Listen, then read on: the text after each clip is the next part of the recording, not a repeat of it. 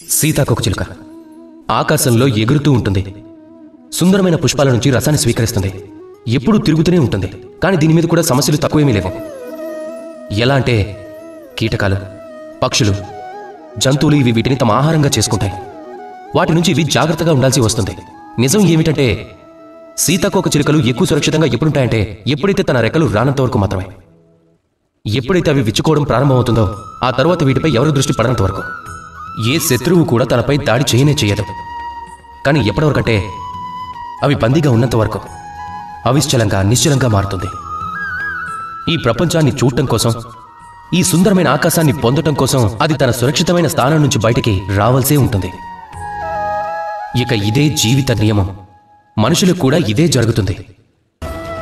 ఒకవేళ మనుషులు విశ్రాంతి ఇంకా సురక్ష అనే ఈ బంధాలను విరమించలేదు అంటే అతను ఈ జగత్తులోనే ఉంటాడు, కానీ తన జీవితాన్ని జీవించలేకపోతాడు. ఒకవేళ జీవితంలో ఏదైనా పెద్దగా చెయ్యాలి అంటే గనక, ఏదైనా పొందాలి అనుకుంటే గనక, పెద్ద ఎత్తుకి చేరుకోవాలి అంటే గనక అప్పుడు అన్నిటికంటే ముందుగా మీరు ఈ సురక్షిత క్షేత్రం నుంచి బయటికి రావాల్సే ఉంటుంది.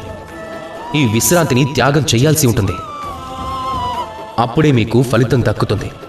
అప్పుడు మీరు ఈ సీతాకోకచిలుకతో పాటు ఆకాశంలో ఎగరొచ్చు. రాధాకృష్ణ.